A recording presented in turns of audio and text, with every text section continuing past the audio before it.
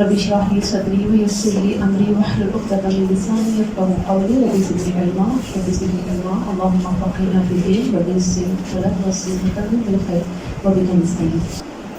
آیت نمبر 78.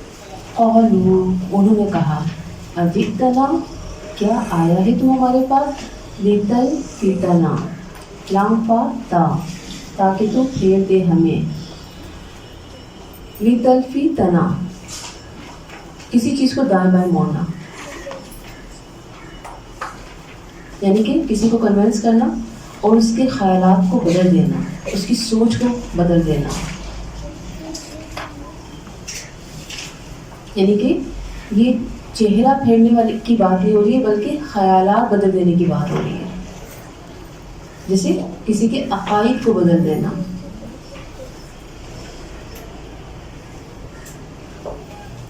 اما اس سے جو وجدنا وجدہ پایا ہم نے علیہ اس پر آباءنا اپنے آباء و اجداد کو، وتکون اور ہو جائے لکما تم دونوں کے لیے کبریا کبر سے بڑائی.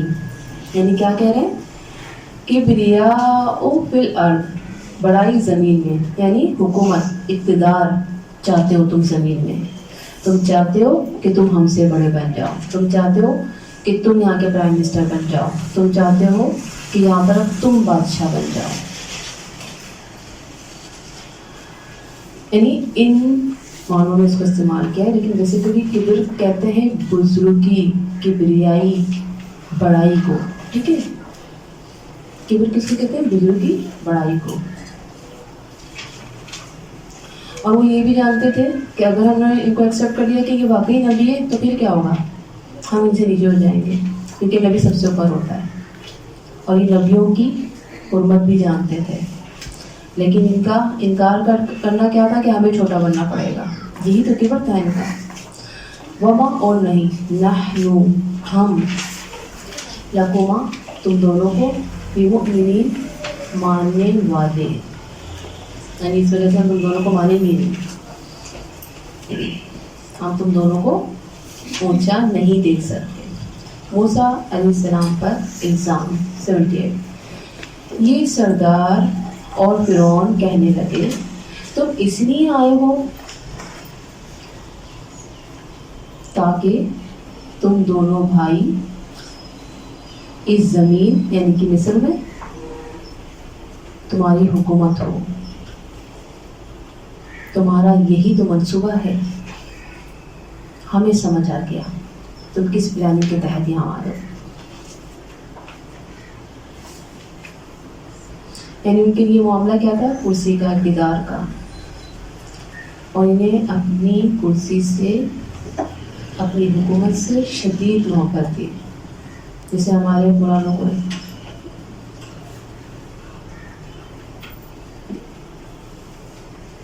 تو جیسی ان کی سوچ تھی ایسی انہوں نے کیا سمجھا کہ موسیٰ کی بھی یہی سوچ ہے. کہتے ہیں نا کہ اکثر لوگ جیسے خود ہوتے ہیں وہ ایسے دوسروں کو بھی سمجھتے ہیں.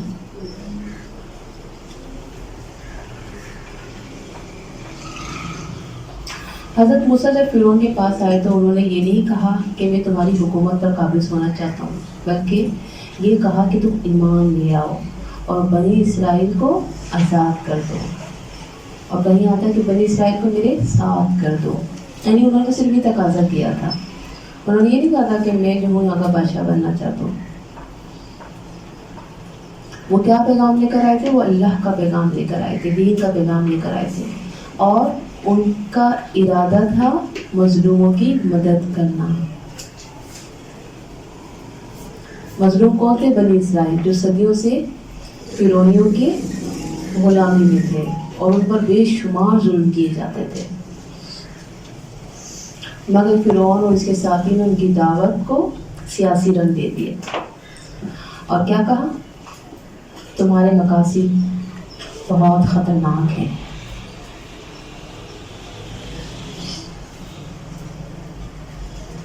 تم ہم پر قابض ہونا چاہتے ہو، ہمارے باپ داداؤں کے راستے سے ہمیں ہٹانا چاہتے ہو.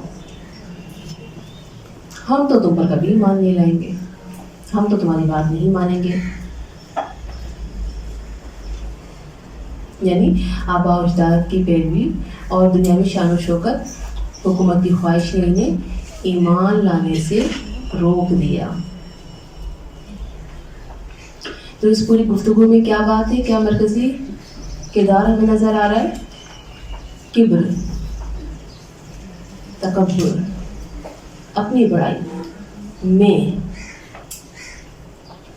تو انکار کا سبب کیا تھا؟ کبر. ہم ہیں بڑے, ہم سے کوئی بڑا نہ ہو جائے. تو ہم نے کیا سیکھا؟ ہم بھی یہی کرتے ہیں, حق آنے پر بھی قبول نہیں کرتے. کیوں نہیں کرتے؟ لائف اسٹائل چینج ہو جائے گا, ہے نا, انکار کر دیتے ہیں. لو جی, اگر ہم دیندار بن گئے تو دین تو پتنی کیا کیا کہتا ہے, دین تو کہتا ہے معاف کر دو, دین تو کہتا ہے کاندھوں کو جھکا لو, دین تو کہتا ہے جھک کے رہو, دین تو کہتا ہے سادگی اپنا لو. لو جی, پورا لائف اسٹائل چینج ہو جائے گا. تو یہی ان لوگوں نے کیا اور ان لوگوں نے انکار کر دیا. اکثریت باپ دادوں کے طریقے کو ہی پسند کرتے ہیں, جبکہ باپ دادا نہ سمجھتے. اور اکثر لوگ آپ نے دیکھا ہوگا کہ کیا کہتے ہیں, ہمارے تو بڑے ہی کرتے آ رہے ہیں. وہ بڑوں کی اسی قدر نہیں کرتے, لیکن بڑوں کی رسموں کی بڑی قدر کرتے ہیں. بڑوں کی اتنی عزت نہیں کرتے, ان کا احترام اتنی خدمت نہیں کرتے جتنا ان کی رسموں کی کرتے ہیں. تو یہ بھی وہی لوگ تھے. آیت نمبر 79 سے 82 تک, ٹھیک ہے, ایک ہی ٹاپک ہے اور ایک ہی لیسن. وقالا, اور کہا, فرعون نے, ایتونی امرتایا, لاؤ میرے پاس. ایتونی سے علیم تک یہ کس کا جملہ آ رہا ہے؟ فرعون کا جملہ آ رہا ہے. بکلی ہر ساحر, جادوگر کو, علیم جو ماہر ہو, یعنی اب مقابلہ ہو رہا ہے. فلما, تو جب جا آ گئے, سحرا تو جادوگر, قالا کہا, لہم ان سے, کن سے؟ جادوگروں سے. موسیٰ, موسیٰ نے, القو, اب یہ القو سے لے کے ملقون تک جملہ آ رہا ہے موسیٰ علیہ السلام کا. القو ما انتم ملقون, تم سب ڈالو. لام قافیہ, امر کا صیغہ جب قاف کے اوپر پیش آ جاتا ہے تو امر کا صیغہ ہوتا ہے, یعنی کہ تم ڈالو. ماں جو, انتم تم, ملقون ڈالنے والے ہو, لام قافیہ. فلما, تو جب, القو, لام قافیہ. اب دیکھیں القو اور القو میں صرف فرق کیا آ رہا ہے؟ زبر کا اور پیش کا. القو میں پیش آ رہا ہے تو یہ امر کا صیغہ ہے, یعنی کہ تم ڈالو. لیکن القو جب آ گیا تو یہ جمع مذکر غائب کا صیغہ ہے. انہوں نے ڈالا, یعنی کتنا چینج ہو گیا نا, انہوں نے ڈالا, یہاں زبر ہے. قالا, کہا, موسیٰ, موسیٰ نے, ماں, وہ جو, جئتم, لائے ہو تم, بھی, جس کو, سحر, جادو ہے. انا, بے شک, اللہ, سیبطلہ, ان قریب وہ باطل کر دے گا. سین مستقبل کے لیے, یعنی کہ ان قریب, باطلام باطل کر دے گا. اور یہ جو آیت ہے نا, ان اللہ سیبطلہ, پتہ ہے آیت کے بارے میں؟ جی ہاں, جس پر جادو ہو جاتا ہے نا تو جو عالم ہوتے ہیں تو وہ یہ والی دعا کثرت سے پڑھ کے دم کرتے ہیں. اور اگر اللہ نہ کرے کبھی ایسا وہم ہو نا کہ اللہ نہ کرے کہ کسی نے جادو کر دیا, مجھے تو ایسا سوچنا بھی نہیں چاہیے, لیکن اکثر شیطان ذہن میں ڈال دیتا ہے. تو ان اللہ سیبطلہ, بے شک اللہ ان قریب وہ باطل کر دے گا, یعنی جس نے یہ غلط کام کیا نا, اللہ اس کے کام کو باطل کر دے گا, جھوٹا کر دے گا, ہرا دے گا, ختم کر دے گا. ان اللہ, بے شک اللہ, لا یصلح, نہیں وہ سنوارتا, عمل المفسدین, کام مفسدوں کا.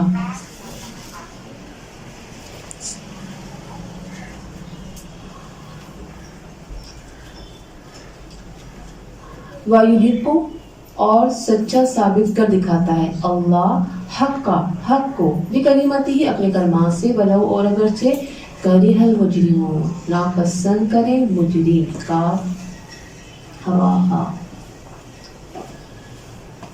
حضرت موسیٰ اور جادوگر. اب فرعون نے مقابلہ شروع کر دیا. اسے اپنی بادشاہت جانے کا ڈر ہوا. وہ یہ بات تو ظاہر نہیں کر سکا، مگر اس نے کیا کیا، جگہ جگہ اعلان کروا دیا کہ جو بھی ماہر جادوگر وہ سب آ جائیں، مقابلے کے لیے تیار ہو جائیں. ان کو بہت قیمتی انعامات دیے جائیں گے، بہت مال دیا جائے گا. اور پھر کیا ہوا، مقابلہ شروع ہوا. اور بتایا جاتا ہے ان جادوگروں کی تعداد بے شمار تھی. کسی نے ہزاروں اور کسی نے لاکھوں کی تعداد کہا. اور سامنے کون تھے؟ ایک حضرت موسیٰ. اب یہاں پر دیکھیں ان کی استقامت، ڈٹے رہے، اللہ پر یقین تھا، توکل تھا، بھروسہ تھا کہ اللہ میرے ساتھ ہے. تو ساری قوم جمع ہو گئی. تو موسیٰ علیہ السلام نے کیا کہا، تم سب پہلے اپنے جادو دکھاؤ. موسیٰ علیہ السلام نے فرمایا یہ جو تم لائے ہو یہ سحر ہے، یعنی کہ جادو ہے، اور جو میں لایا ہوں وہ جادو نہیں ہے. یعنی فرعون اور سرداروں نے حضرت موسیٰ پر الزام لگایا تھا کہ تم جادو لائے ہو، تو بتایا کہ یہ ہے جادو جو یہ سب لے کر آئے ہیں، اور جو میں لایا ہوں یہ جادو نہیں ہے. یعنی فرق بتا رہے ہیں کہ جادو کس کو کہا جاتا ہے. اس کو جادو کہتے ہیں جو یہ لوگ لے کر آئے ہیں. میں کیا لے کر آیا ہوں، میں تو حق لے کر آیا ہوں جو سچ ہے. اور جادو تو جھوٹ ہوتا ہے، اور عنقریب اللہ جھوٹ کو مٹا دے گا، کیونکہ جھوٹ تو ہے ہی مٹنے کے لیے. ناحق کو ناحق ثابت کر دے گا، کیونکہ اللہ تعالیٰ فساد کرنے والوں کے کاموں کو سنوارتا نہیں ہے. اللہ اکبر، جو بات ہے نا کہ اللہ تعالیٰ فساد کرنے والوں کے کاموں کو سنوارتا نہیں ہے. تو کاموں کا بگڑنا کیا ہوتا ہے، عملوں کا بگڑنا. جب کام بگڑتے ہیں، جب معاملات بگڑتے ہیں، تو در حقیقت عملوں میں خرابی ہو چکی ہوتی ہے، جس کی وجہ سے سب کچھ الٹا ہو رہا ہوتا ہے. فوراً کیا کرنی ہے، اپنی اصلاح کرنی ہے کہ شاید میں کچھ غلط کر رہی ہوں، مجھ سے کچھ غلطی ہو گئی ہے. فوراً استغفار کریں، جتنا ہو سکے استغفار کریں، اور بہت زیادہ کثرت سے استغفار کریں کہ مجھ سے ہی کوئی غلطی ہوئی ہے. کیونکہ اللہ تعالیٰ فرماتا ہے کہ اللہ غلط کاموں کو نہیں سنوارتا، ان کو اور بگاڑ دیتا ہے. اللہ اپنے کلمات کو سچا کر دکھائے گا. سورہ اعراف 118 119. بس حق ظاہر ہو گیا اور انہوں نے جو کچھ بنایا تھا سب جاتا رہا. بس وہ اس موقع پر ہار گئے اور خوب ذلیل ہو کر پھرے. لیکن ساحر سارے سجدے میں گر پڑے اور کہنے لگے کہ ہم ایمان لائے رب العالمین پر. یہ ہے حق کو اللہ تعالیٰ نے بلند کر دیا. سبحان اللہ. وقتی طور پہ لگتا ہے کہ یہ سچ تو بڑا مہنگا پڑ گیا، اوہو یہ کیا ہو گیا، سامنے تو اتنا بڑا لشکر میرے آ گیا، ساری قوم میرے خلاف کھڑی ہے، میں اکیلا تنہا، اب کیا ہوگا. تو ہم کیا کرتے کمزور ایمان والے، بس ہتھیار ڈال دیتے ہیں، ہم تو بس گئے کام سے. اللہ اکبر. لیکن یہاں پہ دکھایا جا رہا ہے ایمان، مضبوط ایمان، استقامت. اور پھر کیا ہوا کہ اللہ تعالیٰ نے حق کو بلند کر دیا اور بات ثابت ہو گئی کہ جو موسیٰ لائے ہیں وہی سچ ہے، اور سارے جادوگر ایمان لے آئے. تو جادوگر جو ہوتے ہیں، جن کا جادو ہوتا ہے، وہ کامیاب نہیں ہوتا جہاں سے بھی آئے.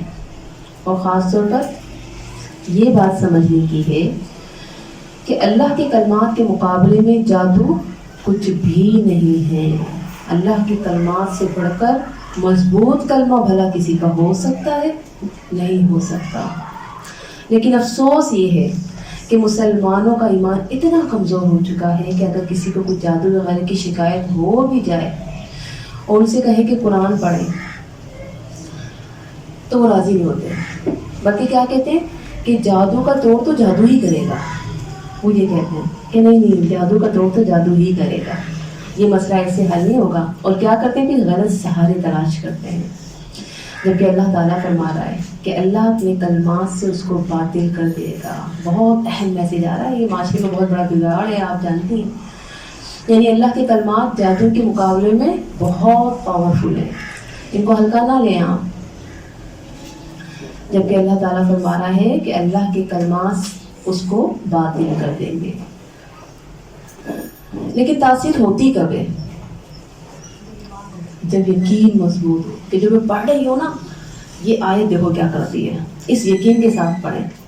پھر دیکھیں جتنا یقین آپ کا مضبوط ہوگا نا اتنے ہی معاملات بہترین ہو جائیں گے. جو حضور کے یقین پیدا تو کٹ جاتی ہیں زنجیریں. اچھا بعض لوگ یہ بھی کہتے ہیں کہ دعاؤں پر بندش کروا دی ہے، جو بھی دعا مانگو قبول ہی نہیں ہوتی ہے، بندش کرواتی ہے. ایسا ہو سکتا ہے؟ تو اس کے لیے ایک جملہ لکھیں آپ لوگ. اللہ کیا اتنا بے بس ہے کہ 4 منتر سے دعا قبول نہ کر سکے؟ یہ جملہ ہے نا، اس میں بہت بڑا میسج چھپا ہوا ہے، بہت بڑی بلکہ کے لیے لیکچر چھپا ہوا ہے. اللہ اتنا بے بس ہے 4 انتر منتر پڑھنے سے جو ہے وہ دعا قبول ہی نہیں ہو سکے گی. اللہ تو کہتا ہے میرے بندے پکار، پکارنے والے کی پکار کو سنتا ہوں. ہم نے کیا سیکھا؟ ایمان کا مضبوط ہونا ضروری ہے. سامنے سارے مخالفت کرنے والے کمزور، مخالفت کرنے والے کھڑے ہوں لیکن کمزور نہیں ہونا. موسیٰ لاکھوں کے سامنے ڈٹ کھڑے تھے، توکل تھا اپنے رب پر، پورا یقین تھا. وہ جانتے تھے میرے ساتھ میرا اللہ ہے. آیت نمبر 83. فما تو نہ آمنا، بات مانی، لی موسیٰ موسیٰ کی، اللہ مگر ذریتن چند نوجوانوں نے، زال را اور کیا حمزہ اس کا روٹ ہے، ٹھیک ہے، چند نوجوانوں نے. اچھا یہاں پہ جو ذرے سے بھی اور ذرہ یعنی آپ حمزہ کے ساتھ میں اس کے 2 روٹ بنتے ہیں. ایک روٹ بن رہا ہے زال را حمزہ جو میں نے آپ کو بتا دیا، دوسرا روٹ بن رہا ہے زال را یا. ٹھیک ہے، ذرے سے اور ذرہ سے مطلب ہوتا ہے اگنا، یعنی اگنا بڑھنا. بچے اور نوجوان کی طرف اشارہ ہے، نیو جنریشن.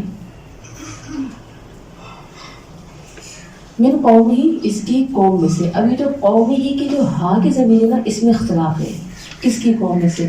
موسیٰ علیہ السلام کی قوم میں سے یا فرعون کی قوم میں سے؟ تو یہ بھی ہم تفصیل میں لکھواتے ہیں، تھوڑی ڈیٹیل ہے تو یہاں پہ نہیں لکھی جائے گی.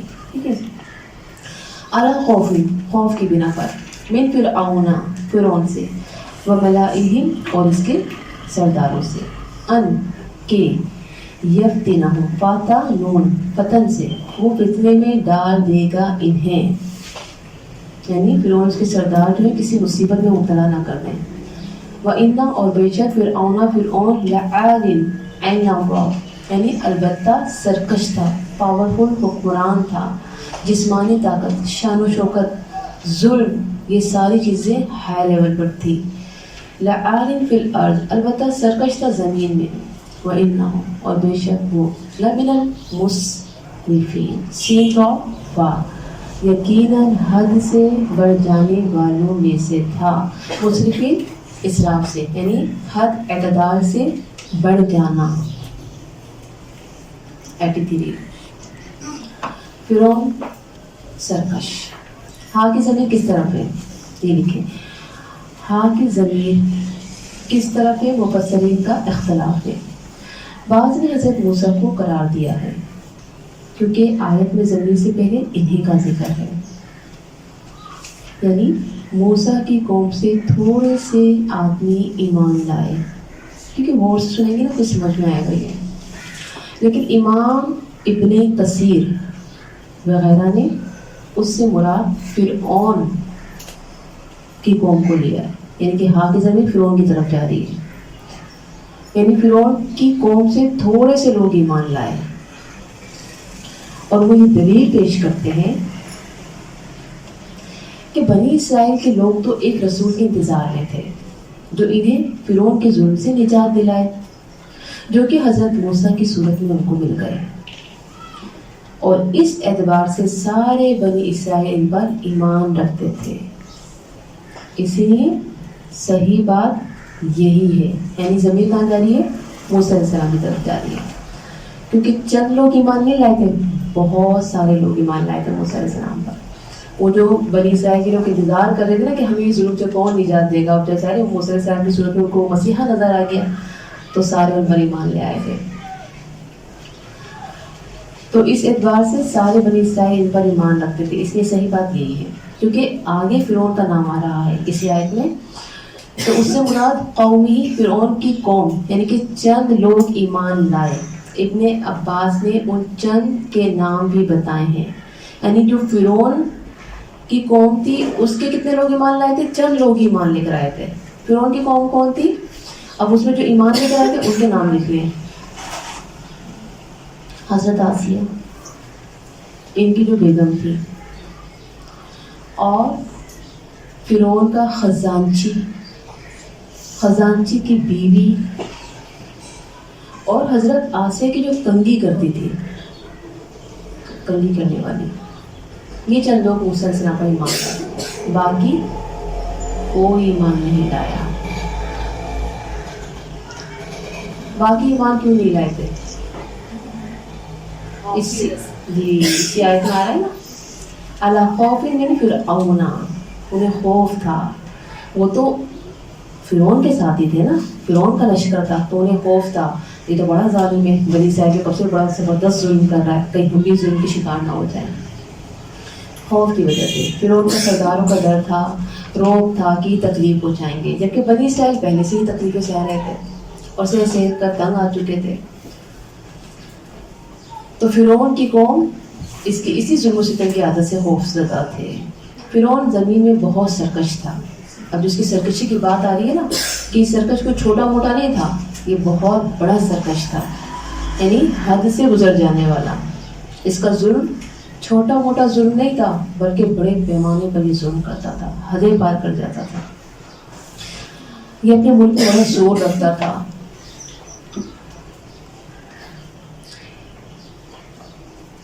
فرعون کی قوم بھی اتنے بڑے معجزات کے بعد مان گئی تھی کہ موسیٰ سچے ہیں، مگر خوف کی وجہ سے ایمان نہیں لائے. صرف جادوگروں کو شکست ہی نہیں ملتی، بلکہ وقفے سے بار بار عذابات بھی آتے رہے. یہ بھی بہت بڑے معجزات تھے کہ یہ اللہ کا نبی ہے، اس کی دعا سے بار بار یہ جو عذاب ہے یہ دور ہو جاتا ہے.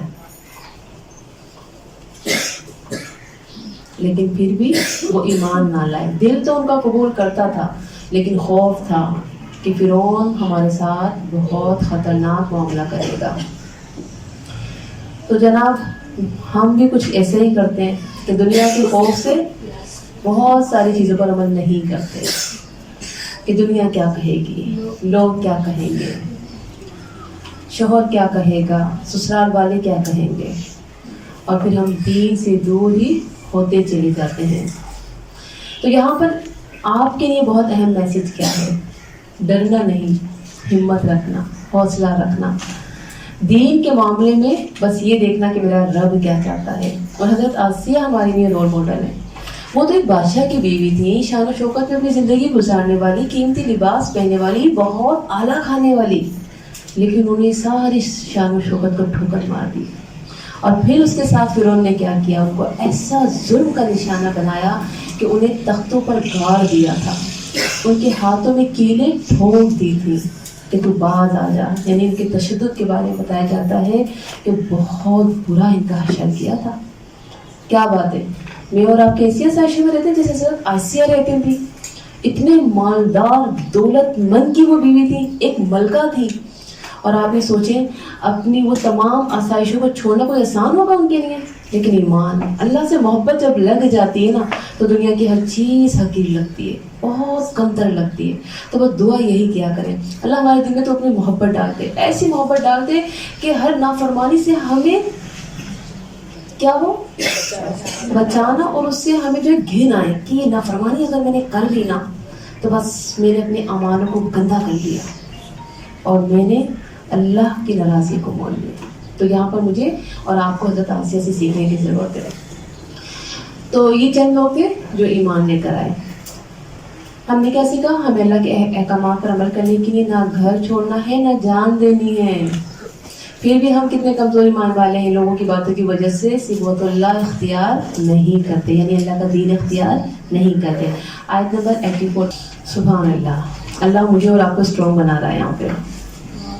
وقال، اور کہا، موسیٰ نے، یا قومی، اے میری قوم، ان اگر، کنتم، ہو تم، آمنتم، ایمان لائے ہو تم، باللہ، اللہ پر، یعنی کہ تمہارا دعویٰ یہ کہ میرا مالک اللہ ہے، میرا مشکل کشا اللہ ہے، اللہ ہی مجھے ہر تکلیف سے نجات دینے والا ہے، فعلیہ، تو اسی پر توکلوا، تم توکل کرو، بھروسہ کرو، یعنی امر کا صیغہ ہے۔ ان اگر، کنتم، ہو تم، مسلمین، فرمانبردار، اگر تم واقعی مسلمان ہو نا تو تمہارے اندر یہ نشانی نظر آنی چاہیے۔ اللہ اکبر، یعنی کہ آج کے دور میں جو ہم سب کچھ دیکھ رہے ہیں نا، تو یہ خوف اپنے دلوں سے نکال دو کہ یہودی ہمیں ختم کر دیں گے، ہمیں مار دیں گے، یہودی تو پوری دنیا پر جو ہے غالب آئے ہیں، ہمارا کیا ہوگا، غزہ کا کیا ہوگا۔ اللہ پر توکل رکھو، اللہ سے بڑا تو کوئی بھی نہیں ہے نا۔ ایمان، اسلام، توکل۔ یہاں پر موسیٰ علیہ السلام ان لوگوں کو جو پیدائشی مسلمان تھے ان کو مخاطب کر کے کہہ رہے ہیں، اور گویا یہ میرے اور آپ کے لیے بھی خطاب ہے۔ اے میری قوم، اگر تم ایمان والے مسلمان ہو تو اللہ پر توکل کرو۔ پتہ چلا کہ ایمان اور اسلام کے بیچ میں توکل ہے، ایمان اور اسلام کے بیچ میں توکل ہے۔ یہ توکل نہیں تو ایمان اور اسلام ادھورا ہے۔ توکل، اللہ کی خاطر رزق لینا ہوگا، چیلنجز کا سامنا کرنا پڑے گا، یہی تو زندگی ہے کہ خطرات کے باوجود آگے بڑھتے جاؤ، کیونکہ ایمان لانے کے بعد ایمان کی آزمائش تو ہو کے رہے گی۔ جس طرح اسکول میں ایڈمیشن لینے کے بعد ایگزام تو ہوگا، ایسا تو ہو نہیں سکتا کہ آپ کے ایگزام نہ ہو۔ کالج میں آپ جائیں گے ایگزام تو ہوگا، ایسا تو ہو ہی نہیں سکتا کہ ایگزام نہ ہو۔ تو ایمان کا امتحان تو ہوگا ہی، کہ تم نے جو یہ دعویٰ کیا ہے نا کہ میں مسلمان ہوں، تم اس دعوے میں ہو کتنی سچی۔ سورۃ طلاق آیت نمبر 3 میں ہے، جو اللہ پر توکل کرے گا اللہ اس کو کافی ہو جائے گا۔ سبحان اللہ، کتنی خوبصورت بات ہے، جو اللہ پر توکل کرے گا اللہ اس کو کافی ہو جائے گا۔ سورہ ہود 23، اس کی عبادت کرو اور اسی پر توکل کرو، یعنی آپ نے عبادت سے نہیں ہٹنا ہے، عبادت کرتے جاؤ، اس پر توکل کرتے جاؤ۔ انسان اکثر نافرمانی توکل نہ کرنے کی وجہ سے ہی کرتا ہے، جیسے میٹنگ اگر میں نے اٹینڈ نہ کی تو بہت لاس ہو جائے گا بزنس میں، ہے نا، نماز نکل گئی جانے دو، کسٹمر آ گئے نماز چھوڑو، کسٹمر کو دیکھنا ہے۔ توکل اللہ پر نہیں ہے نا، کہ رازق تو اللہ ہے۔ اللہ کا توکل جب کمزور ہو جاتا ہے نا تو نافرمانیاں ہوتی ہی چلی جاتی ہیں۔ بہت اہم پوائنٹ ہے، بہت زیادہ توکل مضبوط کرنا ہے، پھر دیکھیں آپ کتنی فرمانبردار بن جائیں گی۔ ہمارا توکل ہی تو کمزور ہے، جو ہم اتنی نافرمانیاں کرتے ہیں، صبح سے شام رات تک ہماری نافرمانیاں ہیں کہ ختم ہی نہیں ہوتی ہیں۔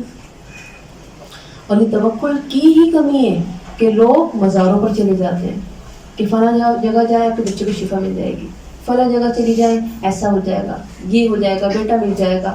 یہ توکل کی کمی ہے کہ ہمیں اپنے رب پر توکل نہیں ہے، بھروسہ نہیں ہے کہ میرا رب ہے نا، وہ دے گا مجھے، وہی تو ہے دینے والا۔ تو نبی کریم صلی اللہ علیہ وسلم کو بالکل ابتدا کی جو تعلیم دی گئی سورہ مزمل میں آتا ہے، تم ایسے رب کی طرف سے بھیجے گئے ہو جو مشرق اور مغرب کا مالک ہے، اس کے سوا کوئی الہ نہیں، تم اس کو وکیل بناؤ اور اسی پر بھروسہ کرو۔ انسان جب دین کے راستے پر کوئی قدم اٹھاتا ہے، کوئی قربانی دیتا ہے تو فوراً خوف خطرات کا شکار ہوتا ہے، بہت سے خیالات آتے ہیں، اس کا کیا ہوگا، وہ کیا سوچے گی، اس کو کون دیکھے گا، میری ذمہ داریاں، چھوٹی بچی سنبھالنا ہے اس کو، ہے نا، یہ تمام چیزیں آتی ہیں دین کے راستے میں، تمام مشکلات آتی ہیں، یہی تو اللہ کی آزمائش ہے۔ دین کے راستے پر چلتے ہوئے چلنے میں کیا کیا خوف حائل ہوتے ہیں، اور آپ ڈر کے مارے وہ کام جن کے اللہ کے احکامات پر عمل نہیں کرتی۔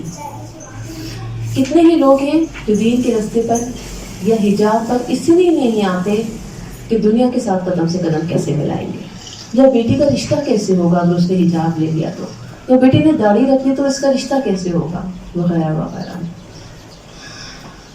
تو لوگ باتیں بنائیں گے، ان چیزوں کو ہم سوچتے ہیں اور پھر ہم کیا کرتے ہیں، اللہ کی نافرمانیاں کرتے ہیں، اللہ پر بھروسہ نہیں کرتے۔ جبکہ دیکھنے میں تو یہ بھی ہے کہ کتنی لڑکیاں جو بالکل پردہ نہیں کرتی، بہت ایڈوانس ہے اور یوں ہی پھرتی ہے کہ ان کے رشتے نہیں ہیں، ابھی تک شادی نہیں ہوئی، لیکن کیا پردے کو بھی بنایا جاتا ہے، لوگ ابھی سے اماں لگنے لگی ہو، لوگ کہیں یہ بہت بڑی ہو گئی ہے۔ تو جناب مشکلات ضرور ہوتی ہے، مگر اس کے آگے کیا ہے، آسانیاں ہیں۔ ان آسانیوں پر نظر رکھنا کہ اللہ تعالیٰ تنگی کے بعد آسانی بھی دیتا ہے، اور غم تکلیفیں حادثات پہ دین کے راستے پر نہ چلنے والوں پر بھی آتی ہیں۔ یہ نہ سوچیں کہ دینداروں پر ہی آتی ہیں، نہ چلنے والوں پر بھی آتی ہیں۔ بنی اسرائیل پر موسیٰ کے آنے سے پہلے کیا تھا، کتنے ظلم و ستم تھے، دین سے پہلے ہی اتنے ظلم ہو رہے تھے، ظلم کی انتہا تھی۔ اس نے قوم نے کیا کہا تھا، اے موسیٰ تمہارے آنے سے پہلے بھی ہم فرعون اور اس کی قوم کی طرف سے تکلیفوں میں مبتلا تھے، اور تیرے آنے کے بعد بھی ہمارا یہی حال ہے۔ حضرت موسیٰ نے انہیں کہا کہ امید ہے کہ میرا رب جلد ہی تمہارے دشمن کو ہلاک کر دے گا، لیکن اس کے لیے ضروری ہے کہ تم صرف ایک اللہ سے مدد چاہو اور صبر کا دامن ہاتھ سے نہ چھوڑو۔ یہاں بھی موسیٰ علیہ السلام نے انہیں یہی تلقین کی کہ اگر تم اللہ کے سچے فرمانبردار ہو تو اسی پر توکل کرنا ہے۔ ہم نے کیا سیکھا، اللہ پر بھروسہ رکھنا ہے، مشکل ہو آسانی، اللہ کے احکامات پر عمل کرنا ہے۔ اللہ کا سہارا سب سے مضبوط ہے، دنیا کے سہارے کمزور ہیں۔ سبحانک اللہم و بحمدک، اشہد ان لا الہ الا انت، استغفرک و اتوب الیک۔ السلام علیکم و رحمۃ اللہ وبرکاتہ۔